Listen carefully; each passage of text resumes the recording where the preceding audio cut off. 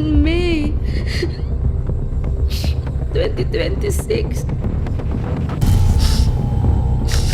I received a call from the President, Rodrigo Duterte, at approximately 5 a.m., instructing me to meet him at his residence. Colonel Royina Garma has been involved in the different killings all over the country. In fact, Mr. Chair, si Colonel Garma, nung unang pagdinig pa lang natin, involved na po siya doon sa pagpatay ng 3 Chinese drug lords, which was corroborated by the different resource persons. Nung si Colonel Garma din ay na-assign doon sa Cebu City, there were 198 killings as recorded and as reported by Mayor Tommy Esmeña. And ngayon po, klarong-klaro po na ang mastermind ng pagpatay kay General Baryoyoga walang iba po kung hindi si Colonel Garma in cooperation, in cahoots with Colonel Leonardo. Sige, please, pakibasa mo lang ang iyong sinumpaang salaysay. Throughout the hearings, I answered questions from the committee based on my personal knowledge. However, I did so with great apprehension as I recognized that my statements on national television could significantly endanger my life, the safety of my family, and others very close to me. After considerable reflection, I am now executing this affidavit to provide a comprehensive information to the Quadcom regarding everything I personally know about the war on drugs during the former administration. On May 2026, I received a call from the President, Rodrigo Duterte, at approximately 5 a.m., instructing me to meet him at his residence in Doña Luisa, Davao City. I was already acquainted with the mayor, having served as the station commander in one of the police stations in Davao City during his tenure. During our meeting, he requested that I will locate a PNP officer or operative who is a member of the Iglesia ni Cristo, indicating that he needed someone capable of implementing the war on drugs on a national level, replicating the Davao model, referred to the system involving payment and reward. However, I recalled my upperclassman Edilberto Leonardo, who was heading the Criminal Investigation Detection Group and was also a member of the Iglesia ni Cristo. I mentioned his name to the President. Leonardo subsequently informed me that he had prepared a proposal routed to Bongo confirming the task force operation which would encompasses Luzon, Visayas, Mindanao.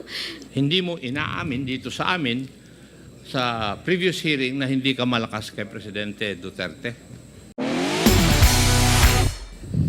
I don't...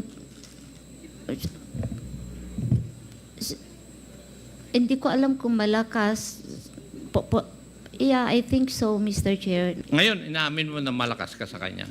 Because I can see from the scheme of things, tatatlo lang naman yung opisyal na malakas nandun sa level na malakas kay Presidente. Ikaw, si Colonel Leonardo, at saka Senator Bato de la Rosa. Doon sa pag-i-implement ng war on drugs on a national level, doon sa pakikipag-usap ni Colonel Garma kay former President Rodrigo Duterte, sinabi ba niya na meron siyang layunin na yung Davao model ay i-implement sa buong bansa? May ganun po ba, Mr. Chair? Yes, Mr. Chair. And Mr. Chair, doon sa ganitong plano ay on loop po doon ang incumbent senator na si Bongo? Sa aking understanding, it would appear, Mr. Chair, kasi po siya ang minimit ni Sir Leonardo. President Duterte did not act alone. And so he had policemen, he had civilian hitmen, and he had other civilian personnel who came with him from Davao. And they are called, what we call them, the Davao Boys. In the next slide are also key officials. And they might not have been in the PNP, but of course, they were placed in civilian positions. During the time of President Duterte, he made the PNP the lead agency for drug operations. Eventually, it was adjusted, but well, until today, it appears that they are taking the lead in violation of the original intention of the law. Naririto po ang mga pamilya na matapang na magpapahayag ng kanilang mga kwento. Ilan taon po yung anak niyo? 23 years old po. Sabi nila na laban daw ang anak ko. Hindi makalaban ang anak ko. Sino po si Colonel Garma sa inyo? Siya po nakita ko, sir. Yung pumunta sa lamay ng anak ko.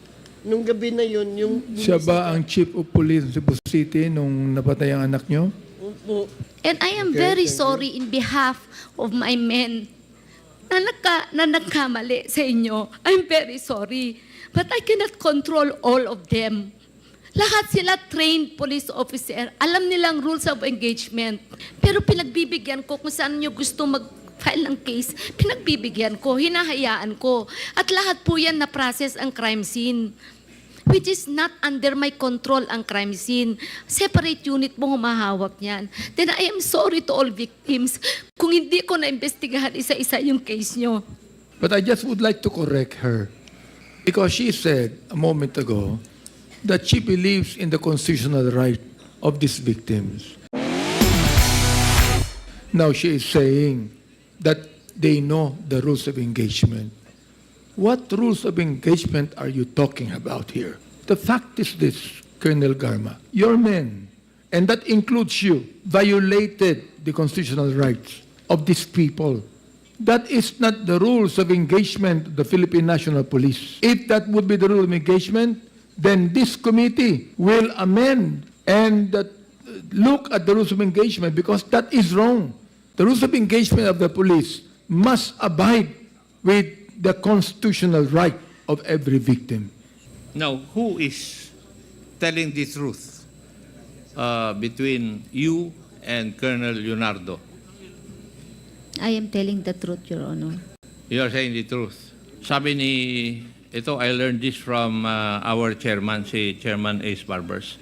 Nabasa na yung paa mo, maligo ka na. May alam na kami, nagsabi ka na ng konti, ibuhos mo na.